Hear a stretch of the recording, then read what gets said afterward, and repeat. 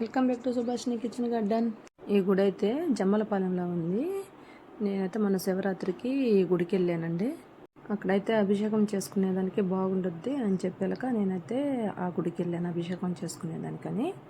ఇక్కడుండే శివలింగాలను ఒక ఆర్డర్లో ఉంటాయి. ఫస్ట్ శివలింగం కానీ వెళ్ళామనుకో ఎన్నో 116 శివలింగం దాకా మనం శివనామం చెప్పుకుంటా వెళ్ళొచ్చండి. మహాశివరాత్రి రోజు శివనామం చెప్తే మంచిదంటారు కదండి.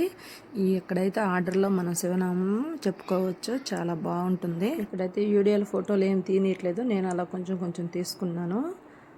మహాశివరాత్రి కదండి, గుడంతా బాగా బిజీగా ఉంది, అందువల్ల వాళ్ళు ఫోటోలు అవన్నీ ఏం తీయించుకోవట్లేదంట. అభిషేకం మాత్రం చేయించుకుంటున్నారండి.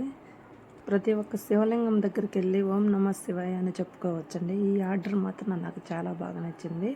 రోజంతా చెప్పలేకపోయినా ఆ గుళ్ళో ఉన్న కొంచెంపు 116 సార్లు చెప్పుకోవచ్చండి. ప్రతి ఒక్క శివలింగం దగ్గరికి వెళ్ళొచ్చు.